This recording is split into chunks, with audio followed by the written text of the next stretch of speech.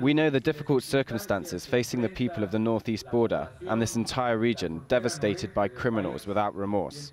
And due to the irresponsible actions of criminals from several groups, I announced that I have ordered 4 additional army battalions to this region with the aim of backing up the work of the armed forces.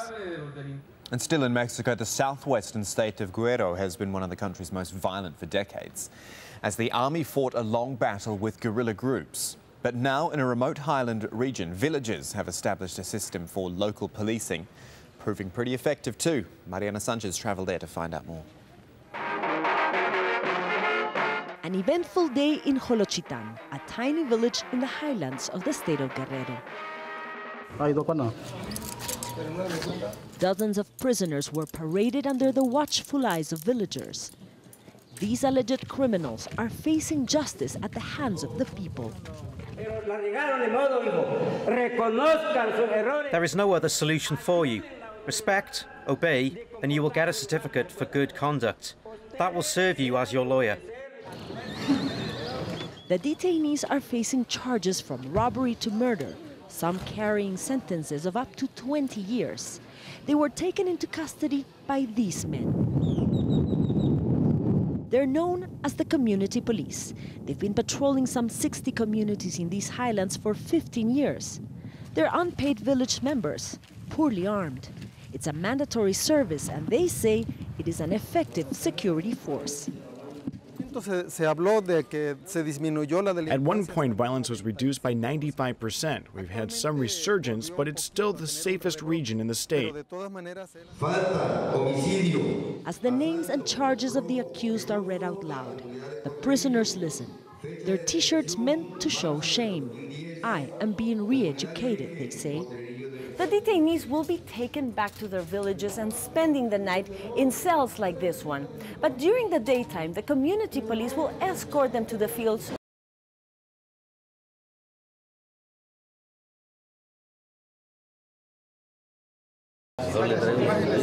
The detainees complain they are unlawfully imprisoned, men and women alike. We're not allowed to claim for justice. We're not allowed to see a lawyer. But the people of Jolochitan say they are backed by the Constitution.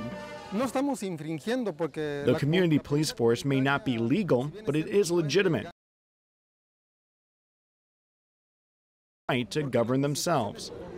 Community police commanders and coordinators face more than a dozen arrest warrants from state police for illegally arresting people. That is,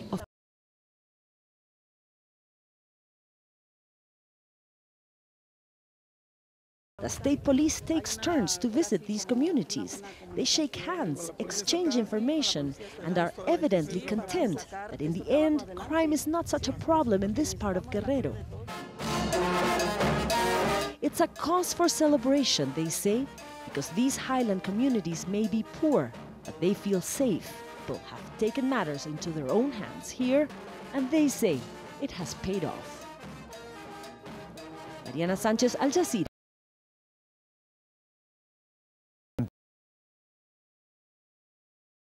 Bills itself as a multicultural country, but the relationship between new and old residents is not always a smooth one. Andrew Thomas takes a look now at how the latest immigration debate is affecting the country's Muslim community. Is there a strand of Islamophobia running through Australian society? And if there is, should politicians be exploiting it? Say no to burqas, says this mural in a central suburb of Sydney. Multiculturalism isn't working, believes the man who painted it.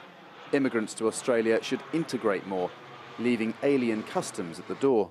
Others round here say the mural is simply racist. Since it appeared in September, it's been vandalised and had to be repainted more than 40 times. But there's no doubt it taps into something. And over the last few days, the sentiments it expresses have spilled over into national debate. On the day of the funerals of some of those who died in the Christmas Island asylum boat sinking, the immigration spokesman of the centre-right opposition party questioned why taxpayers were paying for surviving relatives to attend. Any other Australian who wanted to attend a funeral for someone who died in tragic circumstances would have to put their hand in their own pocket. A day later, The same politician was reported to be encouraging colleagues to exploit anti-Muslim sentiment for political gain. The Labour government called for him to be sacked. Some opposition colleagues were critical, but the party leader backed his man, and others went further. Islam, said one, is the problem. After an absence of the word for many years, the governing Labour Party this week reaffirmed its commitment to multiculturalism. Support for that on the Sunday morning talk shows. We think it's excellent that the M word is back in the Australian political narrative. We're a multicultural community, we're a multicultural society, and that's what makes Australia great. But it's away from the studio sofas in the community where anti-Islamic comments have the biggest effect. Past experience shows that when these comments are made, that there is a reaction from people, and it's a negative reaction. Australia is an immigrant nation. 44% of people were either born abroad or have at least one parent who was. There are opposing views, though, on how best to hold all those in the country together. Andrew Thomas, AlJazeera, Sydney. Winds topping 80 kilometres an hour have caused travel delays in and around the Washington, D.C. area. The gales fanned fires in surrounding counties, prompted the closure of several highways. And as Barbara Benitez reports, the gusts also uprooted a very special tree. 4, 3, 2, 1. It's a presidential tradition dating back to 1923, the annual lighting of the national Christmas tree in Washington, D.C. But the majestic blue spruce that has stood over the White House for the past 32 years is no more, a victim of strong winds gusting through the U.S. Capitol on Saturday morning. The previous two national Christmas trees have also been toppled by wind. We knew that this tree wouldn't last, just as any tree on planet Earth doesn't last forever. So this really is a part of nature. A replacement tree was found 2 years ago by the National Park Service, which takes care of the land near the White House and where the tree is supposed to stand. This coming December, there will easily be a new Christmas tree in the ground for the next lighting of the National Christmas Tree in December. By the end of the day, the tree was headed for the wood chipper, gone but not forgotten. Barbara Benitez, AlJazeera, Washington. Just enough time to bring some pictures of a rather unusual rescue carried out by police in China. Called upon to give vets in a wildlife park a helping hand to administer medical aid to some dolphins. They all fell ill in a wildlife park in Shandong province, and police poured water over them for 2 hours to prevent dehydration. The vets say if it all goes well, the dolphins will be fit enough to go back to performing in a few days.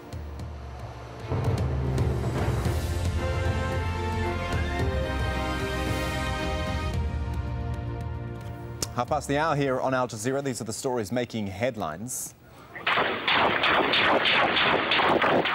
Witnesses reporting a massacre by government forces in the Libyan city of Benghazi as protests spread across the country. Muslim leaders have pleaded with security forces to stop killing civilians. Protesters in Bahrain preparing for another day of rallies, a day after they retook the symbolic Pearl roundabout.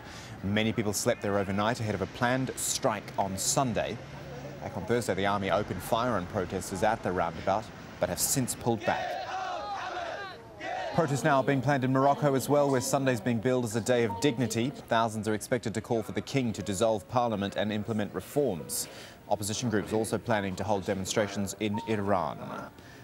Meanwhile, 2 Iranian Navy ships are expected to sail through